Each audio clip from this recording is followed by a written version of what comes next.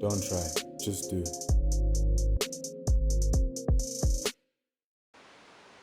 What's up guys, today we're doing another video. Hopefully I can do a video a week. We'll see, if not 2 videos a week. 2 videos a month, sorry. But today's video is about resourcefulness. I think it will be a relatively shorter video. Especially shorter than the last one, but nonetheless it will be important. So let's get started. The first topic is making do with what you have. Sometimes you don't get all the opportunities, you don't even get all the equipment you need to do a certain task. You don't get all the tools you need to fulfill a certain task or goal or whatever you wish to accomplish. But you have to make do with what you have, because that's about being resourceful. In fact, it reminds me, I don't know how my haircut looks. It's a weak taper, but the point is, haircuts were getting too expensive at the place where I used to go, so my brother and I started giving each other haircuts. So sometimes you have to be resourceful, you just have to make do with what you have, and it even reminds me of a parable in the Bible. It's called the parable of the talents. Off the top of my head, I can't give you too much details, but Jesus talks about a parable. A parable is basically like a short story to illustrate Jesus' greater points. He talks about a master who gives 3 servants 3 talents each. He gives 5 talents to one servant, 10 talents to another servant, and 5 talents to one servant, 3 talents to another servant, and 1 talent to another servant. And obviously what are they supposed to do? They're supposed to steward that talent. The talent sounds like it's some sort of resource. I'll put up the definition of what a talent actually is. But long story short, the master comes back. The servant who had 5 talents was resourceful. He ended up turning that 5 talents into 10 talents, and the master was happy. The other one took 3 he also doubled it, or maybe turned it into 5. The master was happy. He didn't do as well as the other guy, but because the master was happy with those 2 servants, he was like, okay, you've been faithful with this much, I'll give you more. You've been faithful with that much, I'll give you more. And then the other guy who just had 1 talent, he hid it away, he put it aside. But his master was actually very upset. I think he called him wicked. You will see that parable. I'm going to put all the verses up. But the point is, you have to be a good steward of what you're given. So you have to make do with what you have. An example for me is working out. Can't have a gym. I don't have a gym membership, and I cannot have a gym membership every month and go to Planet Fitness with all the fancy equipment and everything I would need. But I would still, that's how I got into something called calisthenics. It's basically like exercising but without weights, using your own body weight. Because, okay, you can't get to a gym where you can do bench press, fine, do push-ups. I'm sure you can do enough push-ups to get tired and to make progress. I wanted to get a stronger back. I couldn't do pull-ups, couldn't go to a gym. Lucky for me, there's a tiny room in the complex I live in with a pull-up bar. The pull-up bar is pretty bad, it's giving me calluses, but nonetheless, I had those pull-up bars you put in your room, in the frame of your door.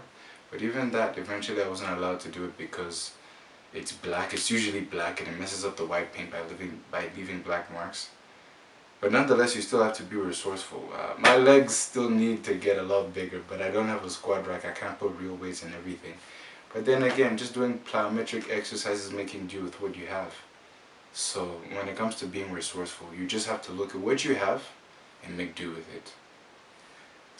The next topic is not making excuses. Something I've already said in the last video, but you can't use excuses, because an excuse will be a reason to stop and settle. Again, back to the parable story, which I was saying, when you look at that parable of the talents, it's that servant who was given only 1 talent. Yet because he just hid it away and he didn't do anything with it, that 1 talent, he was punished because he was punished, and they took away that talent and gave him debt, and he had to owe even more talents from nothing. So to those who were given some, they were given even more, and to those who have less, even more is taken from them. It's pretty crazy. But again, that guy used an excuse not to be resourceful, not to trade with his 1 talent and turn it into 2. 2 talents turn into 4, 4 talents turn into 8, and so on. So you can't make excuses, because excuses, they're just a means of you not pushing for that goal, you not doing that thing. So if I want to get a haircut, but I can't because it's expensive, any excuse would just let my hair get out of control. But now I'm trying to be resourceful. My brother and I are trying to learn to give each other haircuts. I don't know if I can show the back.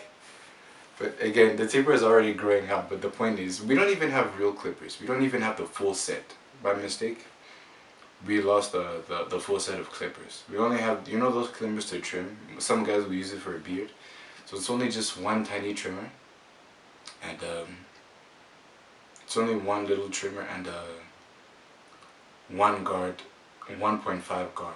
And my brother has to try and balance, and then his is slightly better, but we don't mix.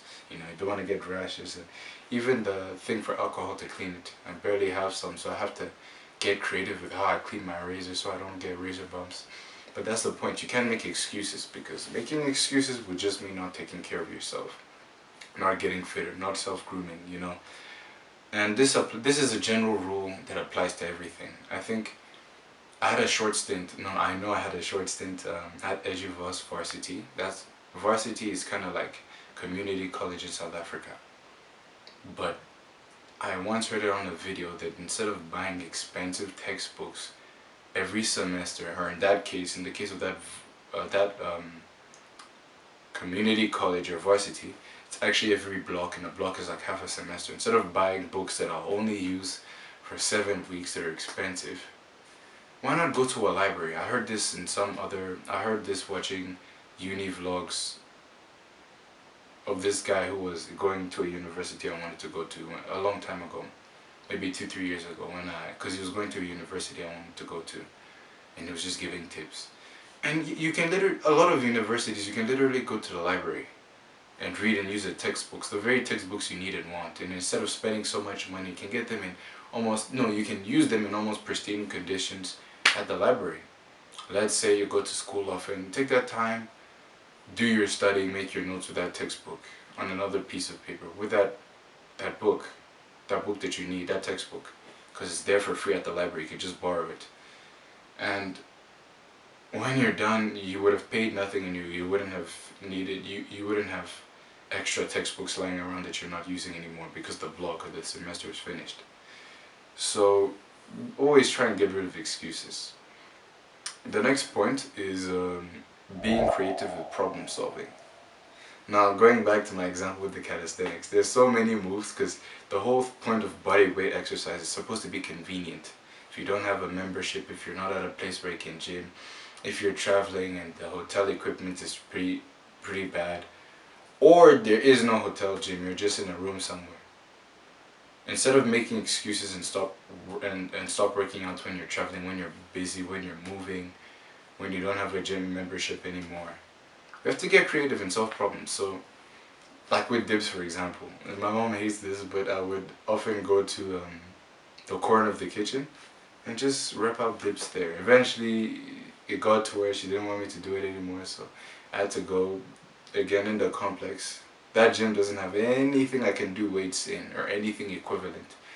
And when you're used to doing dips like this, like you can't just do the one where you're sitting against a chair and doing that anymore. There gets to a point where for exercise you need to actually do the one where your leg is hanging and you push down. So there's a design with the complex, there's a pool area and there's like a wall, and I have to kind of scale the wall just so I can get on top of the corner and rep out some dips. But you have to be creative. Even for your upper chest, if you want a gym, there's a certain exercise, I think you call it reclined bench or something like that. The idea is you're leaning back and you're pushing upwards so you can target the upper chest.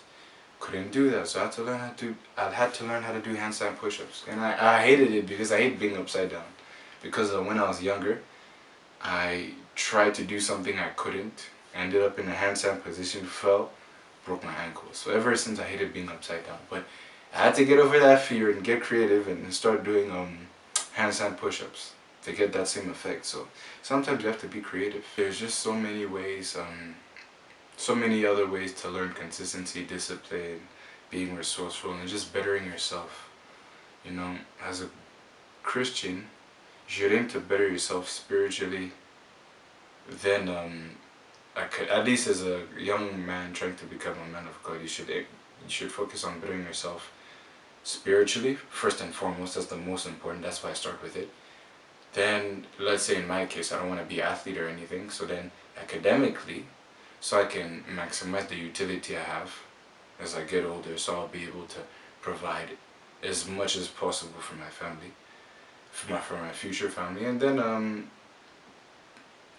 so that's spiritually, academically, and physically. So you also have to keep fit, even if I'm not going to be an athlete. There's a lot of reason. I mean, provider, protector, whatever. You can't be a protector and be unfit, or just to be able to live a long life and not end up on crutches or high blood pressure and all these things.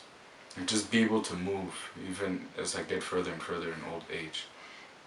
So the way I first learned it was backwards, even though it has importance.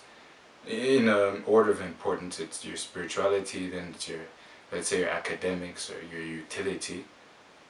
You know, how you can use this to make money and provide in the modern world. And then lastly, your athleticism, your physique, all these other things. But I first learned with exercise, and then I learned with school, with studying hard, studying consistently, getting better grades and improving my grades with consistent hard work and discipline, and also working smart. But this one obviously is the much more difficult one, because the things have got very difficult. Nonetheless, no excuses, like we just said. So there is a lot of ways you can be resourceful. There's a lot of ways you can be resourceful.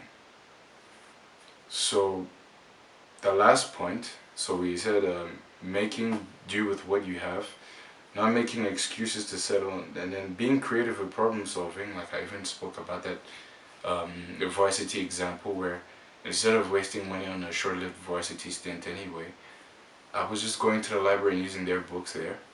And then another one is not wasting time on self-pity, because you can always cry about being in a position where you're not given enough, and then waste time and energy just crying about what you don't have and why the next person has more, and committing the sin of coveting, which is wanting something that isn't yours. That leads to jealousy and envy, which is very bad itself, but that's the point. You shouldn't waste time on self-pity. This goes back to the first point. Just instead of crying and having self-pity on everything you don't have and all the odds that are against you, look at what you have, look at the opportunities laid in front of you, and make the best of them.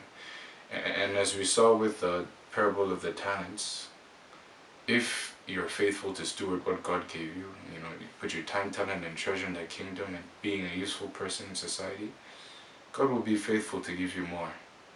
So yeah, that's all I have for today's video. I'm gonna make another video soon. Can't wait to make the other video.